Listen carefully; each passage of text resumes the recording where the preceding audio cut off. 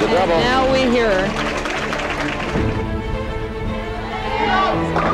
She wanted it. And it's the year of Romeo on the LPBT Tour. Ball's fearless, Kelly. Yes, she does. Shannon O'Keefe is going to win this one.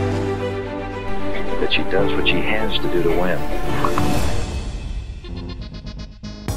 The year 1984, while it did not exactly inspire the fears conjured up by George Orwell's dystopian science fiction novel of the same name, nevertheless generated its own share of iconic and memorable moments.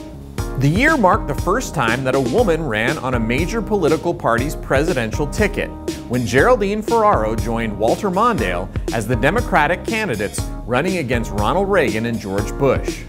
The Soviet Union boycotted the 1984 Summer Olympic Games in Los Angeles in retaliation for the U.S. boycott of the 1980 Olympic Games in Moscow. The HIV virus was identified as the cause of a frightening disease called AIDS, which had begun to kill thousands of people in the early part of the decade. Apple introduced the Macintosh computer with a memorable television ad that invoked Orwell's novel and launched the era of big-budget ad campaigns centered around the Super Bowl. In movies, a group of ragtag ghost hunters were all the rage, breaking box office records and spawning a hit theme song that posed the question, who are you gonna call? And Aleta Sill, a young left-hander from Detroit, would put together one of the best seasons ever in women's bowling, on her way to becoming one of the sport's all-time greats. Aleta Sill grew up in the bowling hotbed of Detroit and first picked up the sport at the age of 5. By 15, she was competing in some of the top classic scratch leagues in the area, and by 18, she had turned professional.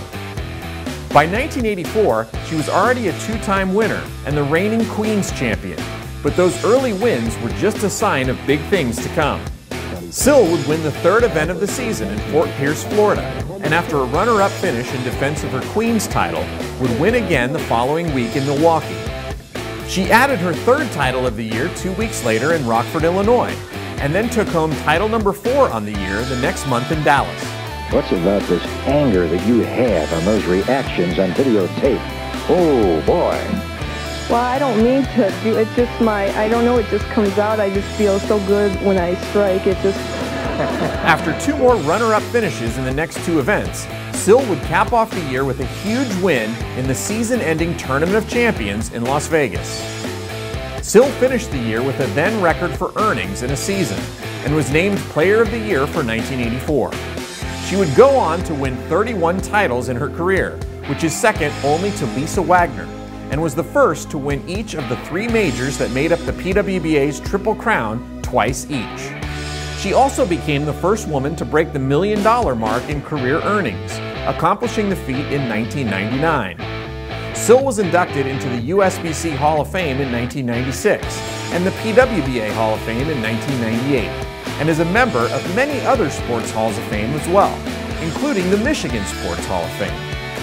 While Sill was a fierce and intense competitor on the lanes, she has given back to the sport tremendously since she retired from tour competition in 2001.